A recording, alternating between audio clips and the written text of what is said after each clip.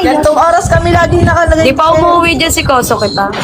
Hindi pa. Namimiss. Wala pa eh. Namimiss. Namimiss. Ayaw niya daw dito. Oo, sobra. Sino kaya yung nasa IG niya? Wala. Ay! Wala, hindi po. Ay, Di ba wala siyang, hindi. Walang ano, di ba wala naman siyang IG? Meron Kasi wala Meron. naman pinag-follow eh. Pinost niya. Meron. Tita. Pinost niya. Pero Meron alam na. ko wala kasi kausap. Ah! May tiwala naman ako sa Yo! Nagulo kay tita Alam ko mo. walang ano. Ewan ko, sino yung Patricia? Di ba naman Opo. Shirin, di ba nahawakan mo naman, na-check mo naman. Doon sa bulag nga ng ano, doon nga sa bulag ng 24 hours, di ba? Di nagsiselfone yun. Si tita nga, di nire-reply. Di ba ta?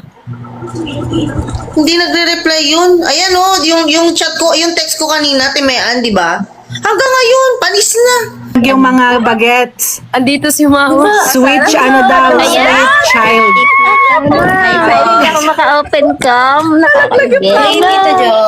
Ayan kay Tita Joanne. Sobrang mahihain yung mama ko eh. Ano naman mahihiyain? Paano kami magcha-challenge niya? Paano kung kikilayan yan? Sila gusto nila mag-challenge yung mami ni Koso, tsaka yung mama mo. Di sila magtatalakan ni Tita Kat.